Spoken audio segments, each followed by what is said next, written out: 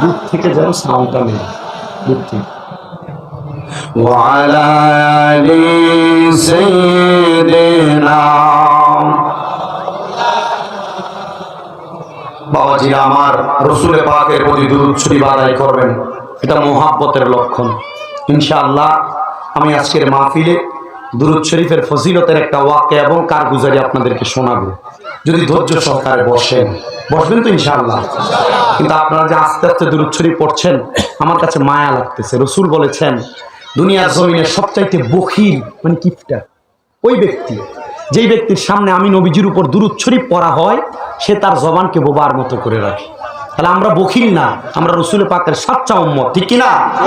রাসূল পাকের দ্বিতীয় বর্ণনা, নবীজি বলছেন দুনিয়ার জমিনে যেই উম্মত আমি নবীর প্রতি যত বেশি দুরূদ শরীফ আদায় করবে জান্নাতের মধ্যে সেই উম্মত আমি নবীর তত কাছে থাকবে। কবরে কি নবীকে কাছে চাই না? একটু মুহাব্বতে নবীকে কাছে পাওয়ার জন্য দরুদ শরীফ পড়ি। আল্লাহুম্মা সাল্লি আলা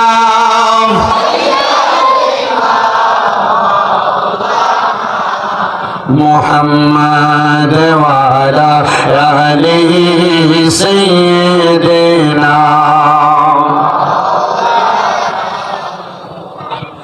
আল্লাহ তাআলা সৃষ্টিকর্তা, নবী হয় বন্টনকারী। আল্লাহু ইউতি ওয়া আনা কাসিম, নবীজির হাদিসে পাবি। আল্লাহুম্মা সাল্লি মারহাবা মারহাবা, ঈমান তাজা হবে যত জোর হবে। মুহাম্মাদ ওয়া আলা আলি সাইয়্যিদিনা।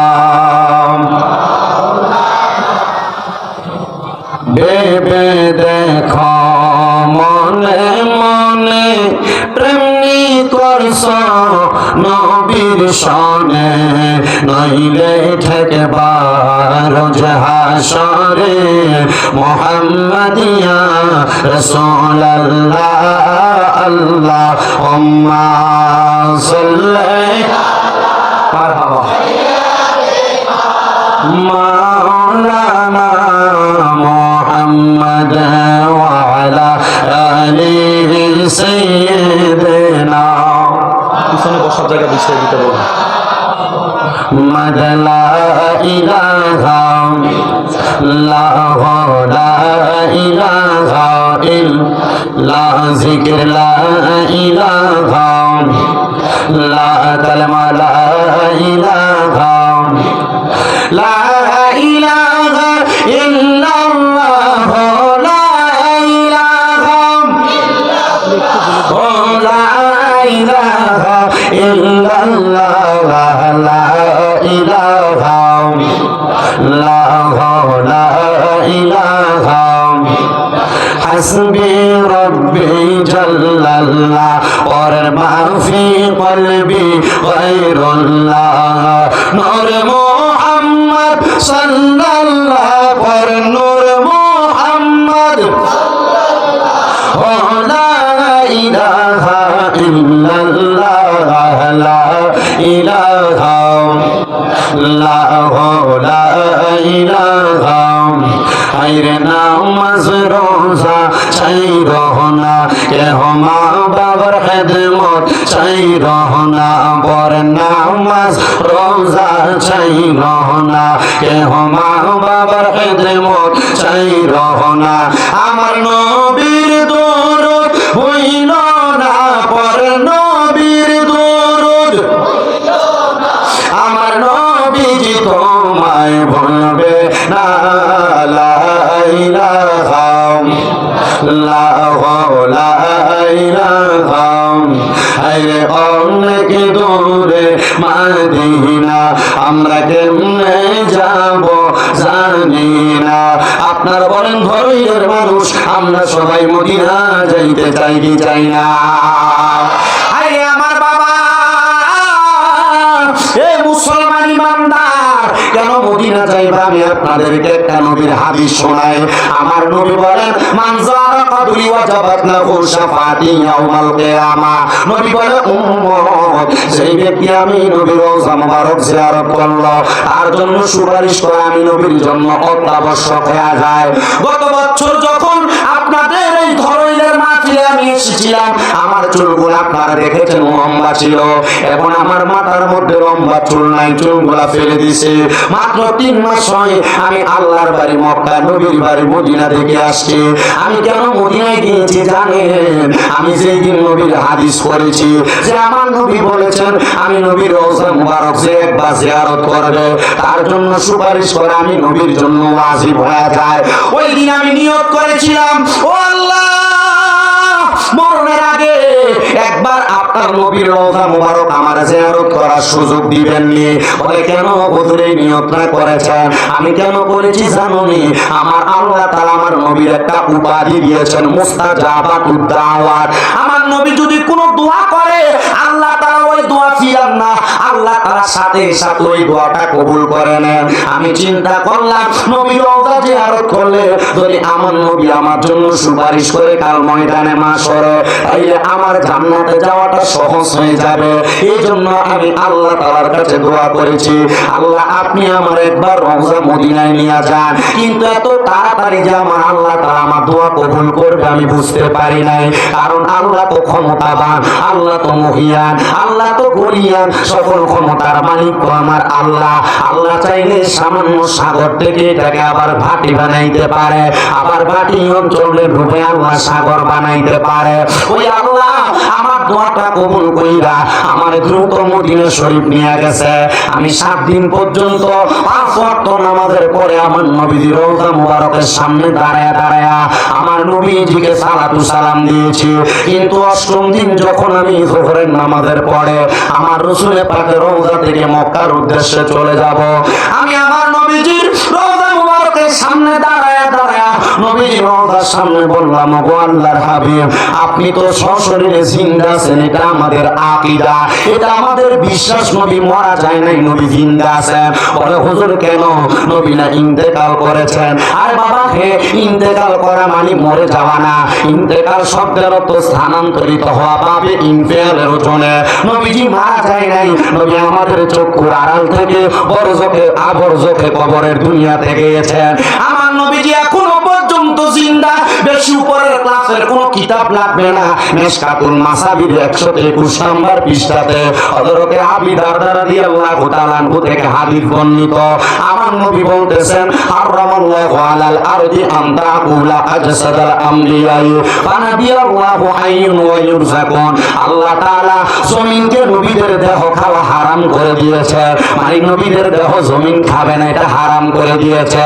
শুধু হারাম না, শুধু হারাম না রে বাবা, আমার আল্লাহ তাআলার যত নবী আছে সকল নবীরা কবরের মধ্যে তারা নামাজ আদায় করেন, ইউসাল্লুন ওয়া ইউরযাকুন, আমার আল্লাহর পক্ষ থেকে তারা রিজিক প্রাপ্ত হয়। আমি নবীর রওজার সামনে দাঁড়া দাঁড়া বলছি, জামালপুরের মেরান্দকের একটা কওমি মাদ্রাসার 2 জন শিক্ষক, আমি তাকে দেখলাম তারও নবীর রওজা মুবারকের সামনে দাঁড়ায় দাঁড়ায় কাঁদতাছে। আমি যখন নবীর রওজার দিকে ফিরা ফিরা আমার হাতটা এভাবে কই আমি বলতেছি আল্লাহর হাবিব আমার বড় শখ ছিল আপনার রওজার সামনে আসব, কিন্তু এত তাড়াতাড়ি যে আপনার রওজার সামনে চলে আসব আমি এটা চিন্তা করি নাই। আপনি যে আপনার আশিকদেরকে টান দিয়া ডাক দিয়া দিয়ে মদিনা শরীফে নিয়ে আসেন, এটা বড় ভাগ্যের ব্যাপার, নসিবের ব্যাপার। নবীজি গো কত মানুষকে দেখলাম তারা আপনার রওজার সবুজ গম্বুজের দিকে তাকায়া তাকায়া কান্দে। নবীজির রওজা মুবারকে প্রবেশ করার সময় বাবু সালাম একটা দরজা আছে, যেই দরজা দিয়ে প্রবেশ করে নবীজির রওজা মুবারকের সামনে যাওয়া লাগে।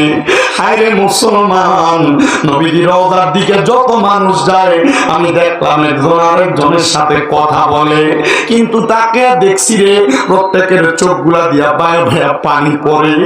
আমার সাথে একজন ভাই ছিল জাকারিয়া, আমি তার জিগাইলাম ভাই আপনার চোখে পানি দেখা যায় কেন কান্দেন? আমার ফিরা কইতেছে, হুজুর আপনার চোখেও তো পানি দেখা যায়, আপনি কেন কান্দেন?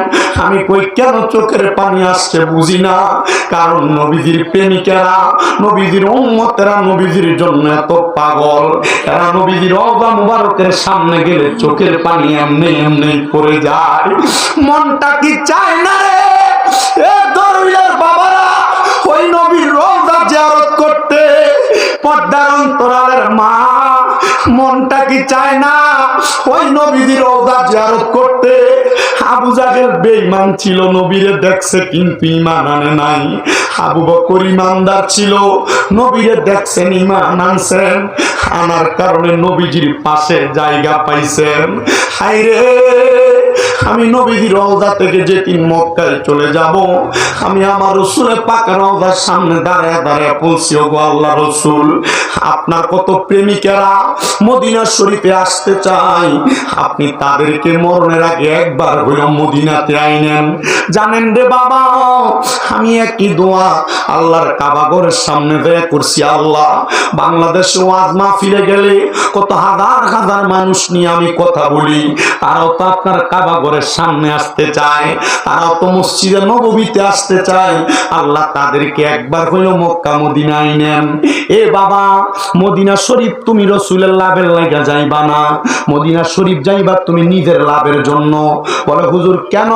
কারণ মদিনা শরীফ জিয়ারত করলে রাসূল তোমার জন্য সুপারিশ করবে। হে আব্বুজি, তোমার ধরুল বাজারের মসজিদের ভিতরে এক ওয়াক্ত নামাজ পড়লে তোমার এক ওয়াক্তের সওয়াব হবে, কিন্তু মদিনার মসজিদে নববীর ভিতরে এক ওয়াক্ত নামাজ পড়লে 50,000 ওয়াক্তের সওয়াব হবে। ধরুল বাজারের মসজিদের ভিতরে এক ওয়াক্ত নামাজ পড়লে এক ওয়াক্তের সওয়াব হবে, কিন্তু আল্লাহর কাবা ঘরের সামনে যাইয়া এক ওয়াক্ত নামাজ পড়লে 1 লক্ষ ওয়াক্তের সওয়াব পাইবা। তোমার কাছে 1-2 লাখ টাকা হইলে তুমি খেতে জায়গা কিনো, মাঠে জায়গা কিনো, ব্যাংকে তোমার টাকা ব্যাংক ব্যালেন্স করে রাখো। যদি প্রশ্ন করা হয় কেন ব্যাংক ব্যালেন্স বাড়াও? বলে আমার সন্তানের ভবিষ্যতের জন্য, আমার ছেলে মেয়ের ভবিষ্যতের জন্য। আরে বোকা, তুমি বুঝো না আল্লাহর কাবা ঘরের দরজাটার মধ্যে ধইরা দোয়া করলে দোয়া কবুল হয়, আল্লাহর কাবা ঘরের গিলাপের মধ্যে ধইরা দোয়া করলে দোয়া কবুল হয়। কোন দিন আপনি 1 লক্ষ ওয়াক্ত নামাজ পড়বেন আর এই নামাজের সওয়াব আপনি পাবেন? তো যদি 1-2 লাখ টাকা হইলে উমরা হজ কোন রকম করতে যান, উমরা হজটা করতে গেলে ওই কাবা ঘরের দরজার মধ্যে যাইয়া ধইরা ধইরা দোয়া করলে আল্লাহ আপনার দোয়া কবুল করবে। কিন্তু আপনার তো মন চায় না, আপনি আপনার টাকা পয়সা গুলো আপনার কাছে রেখে দিয়েছেন, এই টাকা পয়সা আপনার কবরে যাবে না। আপনারা বলেন অধিক পরিমাণ সওয়াব অর্জনের জন্য আমরা সবাই মক্কা মদিনা যাওয়া দরকার আছে না নাই? কারা কারা যাইতে চান ডান হাতটা তুলবেন, জবান খুলে একটা তাকবীর হবে, জোরে তাকবীর হবে, জোরে এমনি দেন, মুখে দেন, মুখে। নারে তাকবীর, নারে রিসালাত। এত আসতে দিচ্ছেন আপনারা, এই সিরাজগঞ্জের মোড় পার হইতে পারবেন না এই আওয়াজ দিয়া।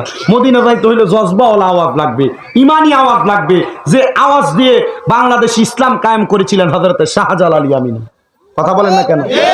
গুরগোবিন্দ বাদশাহ হযরত শাহজালাল ইয়ামিনীকে আটকে দেওয়ার জন্য বড় রাজপ্রাসাদের পেছন থেকে বড় বড় পাথর নিক্ষেপ করছে। শাহজালাল ইয়ামিনী বলছেন, আমার 360 জনের মধ্যে আসো নাকি এমন একজন যে ব্যক্তির আসরের নামাজের সুন্নত কাজা হয় নাই? হযরত নাসিরউদ্দিন সিফা সালাউনি হাত তুলছেন, হুজুর আমি আছি। বলে দেও আজান। আল্লাহু আকবার, আজানের ধ্বনি দিছে, বড় রাজপ্রাসাদ ভাঙ্গা মাটির সাথে মিশে গেছে। মুসলমান তরবারি দিয়ে যুদ্ধ করে না, মুসলমান লাঠি দিয়ে যুদ্ধ করে না, মুসলমান আল্লাহু আকবারের ধ্বনি, কোরআনের ধ্বনি দিয়ে যুদ্ধ করে। এই ধ্বনির সাথে কোন রামবাম কখনো বলতে পারবে না। কথা বলেন ঠিক কি না? ওই আল্লাহু আকবার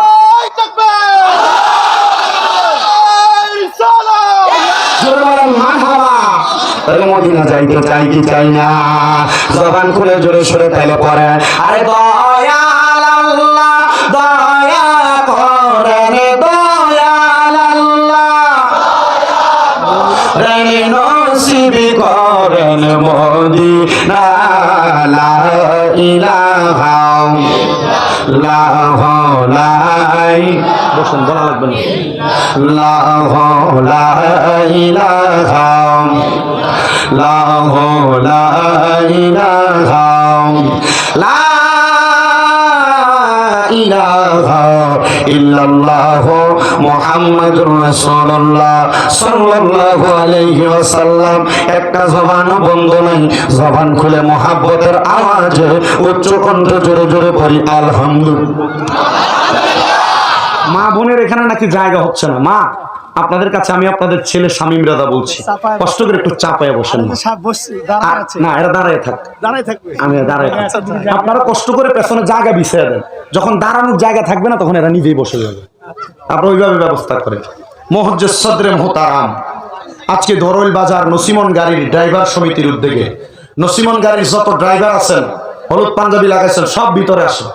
আর আমার হাতের ডাইন দিক দিয়ে আপনারা সিরিয়ালে সব এখানে থাকেন।